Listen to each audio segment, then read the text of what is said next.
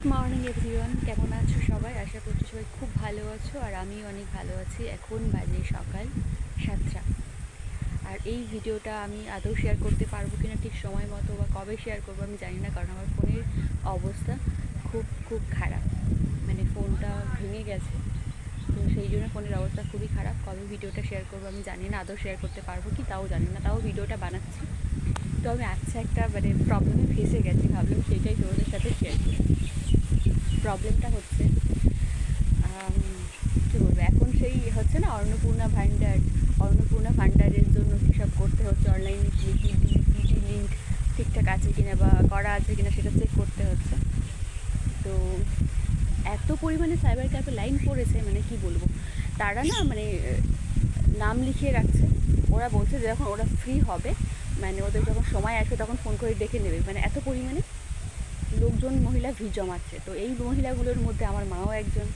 এবার মা বলছে যেতে হবে, সবাই করছে, আমারও করা হয়নি, কবে করব কি হবে, মানে যেমন হয় আর কি।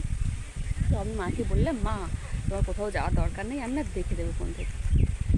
আর মা এখন কি বলবো, সেইটা গল্প করেছে যে আমার মেয়ে বলেছে কোথাও যাওয়ার দরকার নেই, ফোন থেকে দেখে দেবে, আমার মেয়ে পারে।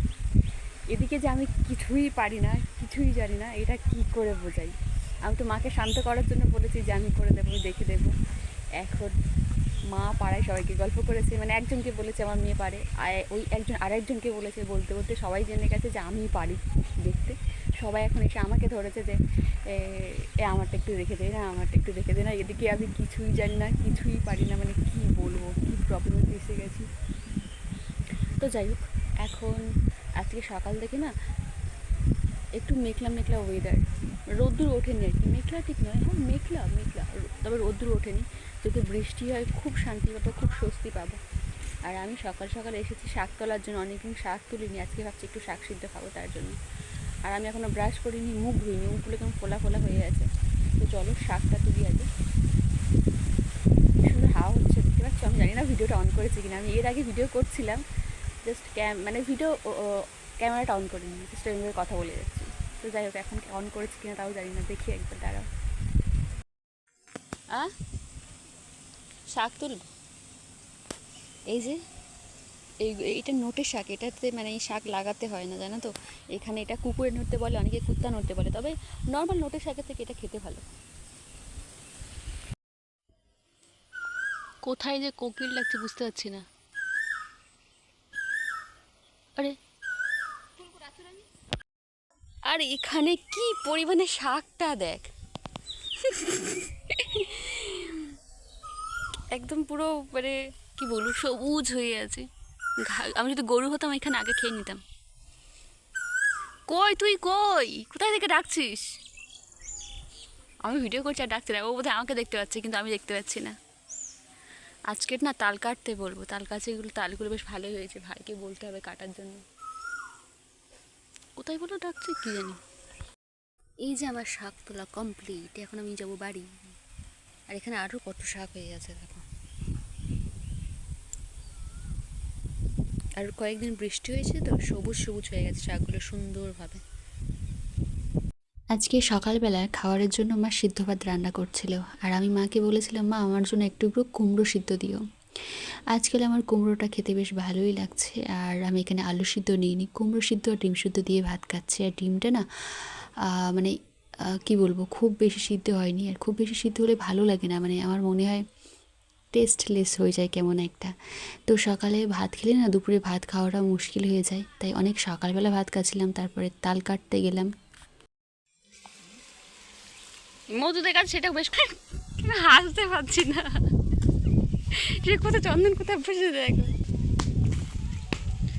কি বললো রে।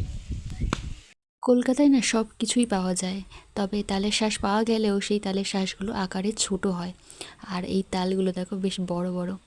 আর এই কাটার চেষ্টা করছিল কিন্তু কাটতে পারছিল না, পরে বলল, কাকা তুই কাট, আমি পারছি না।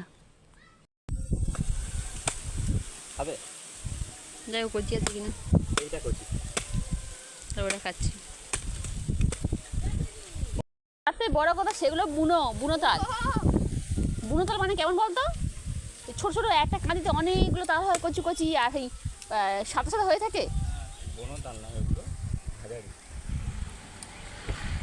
ঠিক আছে। এইরকম তালের শাঁস দেখলে কেমন লোভ লাগে না? আমার তো বেশ লোভ লাগে, একদম নরম আর কচি। আর এই তালের সাইজটা দেখো কতটা বড়, কিন্তু এর ভেতরে যে শাঁস আছে না, সেই শাঁসগুলো একদম নরম তুলতুলে, মানে তালটা এখনও বড় হবে। তো তাল কাটা খাওয়া শেষ করে তারপরে পুকুর থেকে মাছ ধরা হলো, বড় মতো একটা মাছ, মানে রূপচাঁদ মাছ। এই মাছটার সাইজ হচ্ছে তোমার 3 কেজি, 3.5 কেজি হবে। পরে মনে ককে যাবে হলো বলতো যে তো? আমরা 3জন বাড়িতে আছি, বেকার মাছ ধরে ভেজে পরের দিনকে খাওয়া কি দরকার। তো তারপরে মাছ ছেড়ে দিয়ে অন্য মাছ ধরা হলো। আর এই যে মাছটা দেখছো, এটা হচ্ছে রেখা মাছ বলে, আবার অনেকেই শুনেছি এটাকে কাটকই বলে।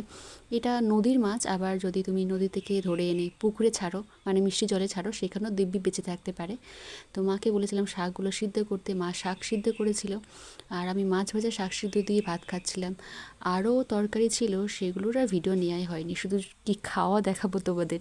তো যাই হোক, বিকালবেলা একটুখানি বেরিয়েছিলাম, আমার মনে হলো বিড়ালে ঝগড়া করছে, আমি একটু ফোনের ক্যামেরা অন করে থাকি দেখবো।